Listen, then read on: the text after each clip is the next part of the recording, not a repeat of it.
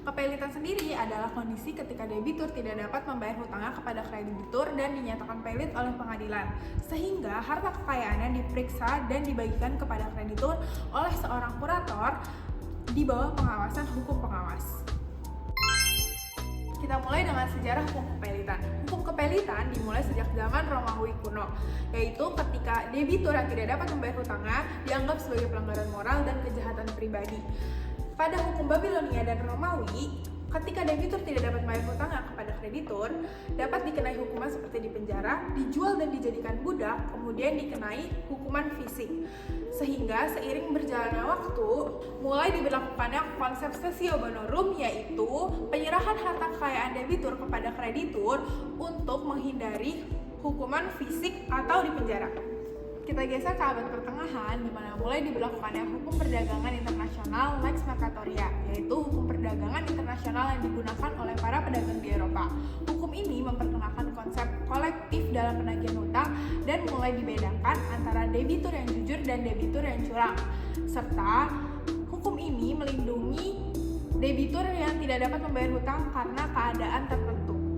Suku era modern, yaitu Belanda, mulai memberlakukan faillissementswet pada tahun 1893. Nah, kemudian diberlakukan di Hindia Belanda atau Indonesia melalui Stadsblad nomor 217 tahun 1905. Hukum ini menyelesaikan permasalahan hutang dengan lebih formal, yaitu dengan melibatkan pengadilan, kemudian kurator dan hakim pengawas, serta membantu menyelesaikan pembagian harta kekayaan antara debitur dan kreditur secara adil. Setelah Indonesia merdeka, faillissementswet tetap digunakan karena belum ada regulasi pengganti. Sehingga pada masa Orde Lama, faillissementswet ini tetap digunakan namun jarang dipakai karena kondisi Indonesia tidak stabil. Nah, lanjut ke Orde Baru, faillissementswet ini tetap digunakan namun tidak efektif dan tidak transparan.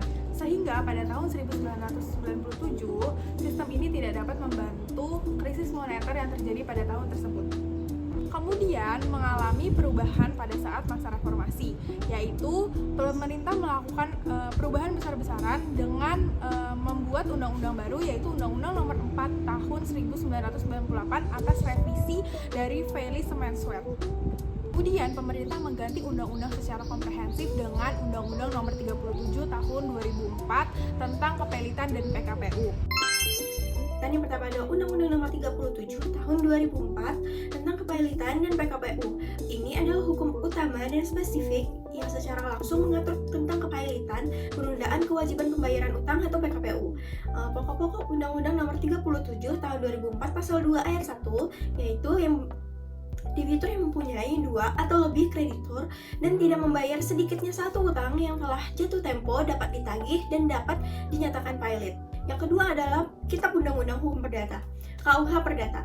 KUH Perdata tidak mengatur kepelitan secara langsung, tetapi menjadi landasan hukum perikatan hubungan utang piutang yang dapatnya didasari oleh kasus kepelitan. Misalnya pasal 1233 KUH perikatan lahir karena perjanjian atau undang-undang, dan pasal 1243 KUH atau wan prestasi lalai melaksanakan kewajiban kontrak menjadi dasar gugatan. Yang pertama adalah memberi perlindungan kepada kreditur. Proses kepelitan memungkinkan semua kreditur menagih piutangnya secara adil, kolektif, dan terstruktur, mencegah keuntungan sepihak oleh kreditur tertentu.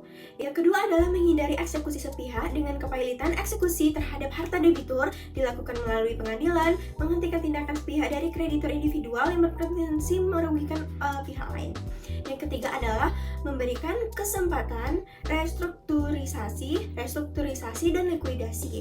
Kepelitan membuka peluang bagi debitur untuk melakukan restrukturisasi utang melalui PKPU, dan likuidasi apabila upaya perdamaian tidak terkendali.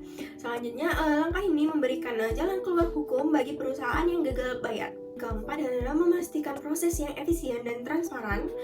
Proses kepelitan dilakukan dengan pengawasan kurator dan hakim pengawas dan mengedepankan transparansi informasi sehingga semua pihak tahu posisi utang piutang, menghindari praktik gelap, dan penyelesaian sepihak. Yang kelima adalah memulihkan kepercayaan terhadap sistem hukum dan ekonomi.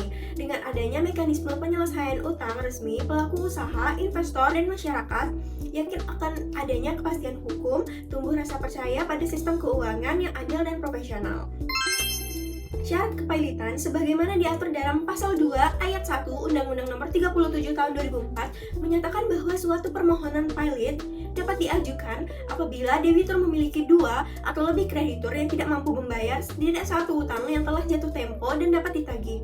Artinya, cukup dengan satu utang yang telah jatuh tempo dan belum dibayar pada salah satu dari beberapa kreditur sudah memenuhi syarat formil untuk mengajukan permohonan pailit.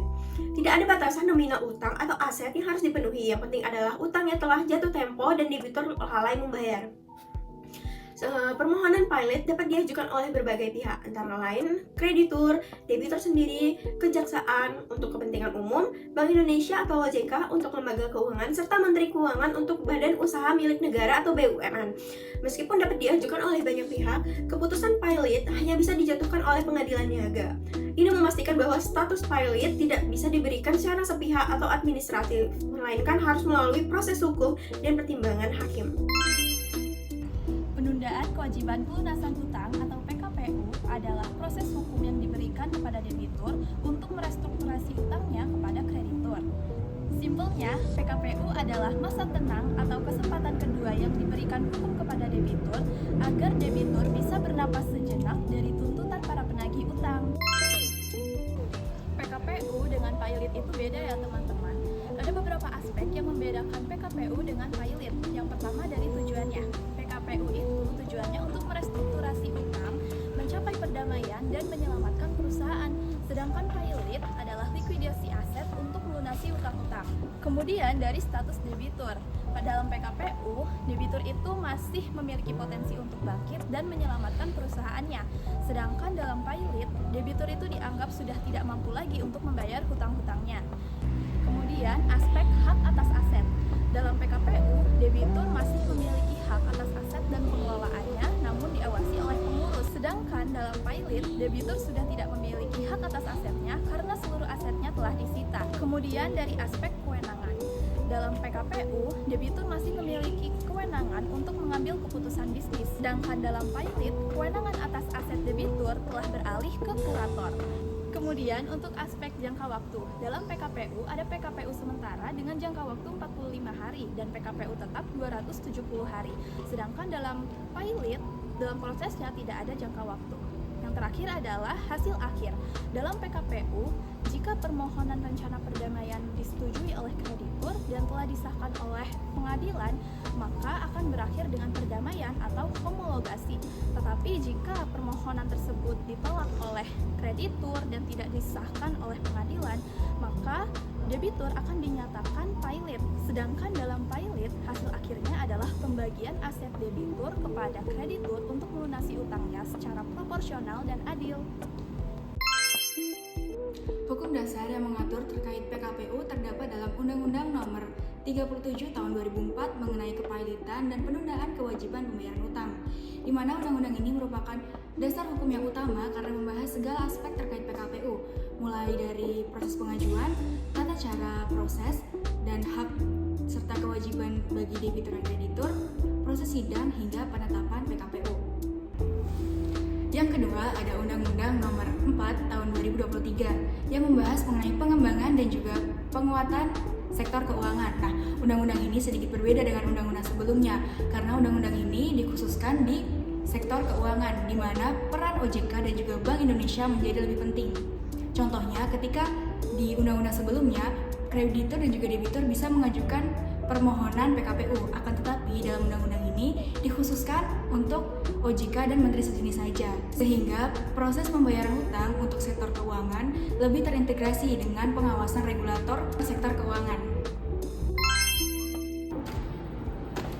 Proses pelaksanaan PKPU melibatkan 8 tahap.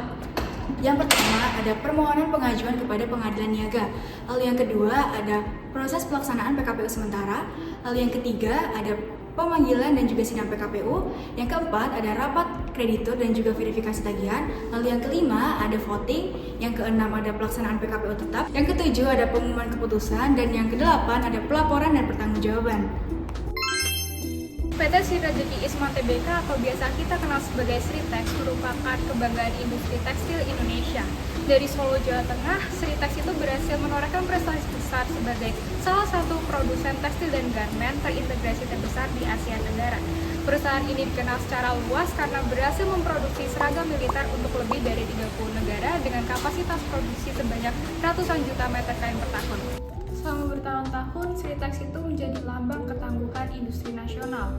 Namun semuanya itu tidak ada yang abadi. Semenjak pandemi COVID-19 melanda, semuanya itu berubah. Permintaan global menurun, produksi melambat, hingga akhirnya penjualan pun anjlok. Di sini PT Sritex itu memiliki utang perusahaan yang terus membengkak, hingga akhirnya Sritex tidak mampu untuk membayar kewajiban, mulai dari pinjaman bank hingga obligasi global. Pada Mei 2021, PT Bank QNB Indonesia Tbk itu mengajukan PKPU terhadap PT Sritex. Pengadilan itu mengabulkan permohonan tersebut, hingga akhirnya Sritex itu resmi menjalani PKPU sementara dan akhirnya ditetapkan sebagai PKPU tetap selama 270 hari.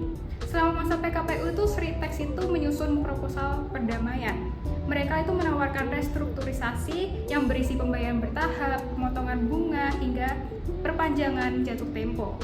Mayoritas kreditur itu akhirnya setuju, hingga pada Desember 2021 perjanjian itu disahkan oleh Pengadilan Negeri dan Sritex lolos dari jurang kepailitan walaupun hanya sementara. Sritex tidak benar-benar pulih, pasar global belum stabil, dan beban utang pun masih menekan. Pendapatan perusahaan pun tidak bisa untuk menutupi kewajiban cicilan. Pada tahun 2024, akhirnya PT Indobarat Rayon itu mengajukan pilot ke Pengadilan Niaga Semarang dengan alasan Sritex itu gagal memenuhi isi perjanjian tersebut. Pada Oktober 2024, pengadilan itu menentukan Sritex itu pilot hingga akhirnya pada Desember 2024 pilot itu dinyatakan berkekuatan secara hukum. Operator ditunjuk untuk mengurus harta pilot. Setelah evaluasi, mereka menyimpulkan bahwa usaha ini sudah tidak bisa dijalankan. Akhirnya pabrik ditutup, operasi diberhentikan, dan aset mulai dijual satu persatu. Dan pada tanggal 1 Maret 2025, PT Sritex resmi ditutup. Lebih dari 10.600 karyawan terkena PHK. Sebagian hak normatif dibantu oleh BPJS Ketenagakerjaan, tapi banyak pekerja masih menanti pesangon dari hasil likuiditas aset.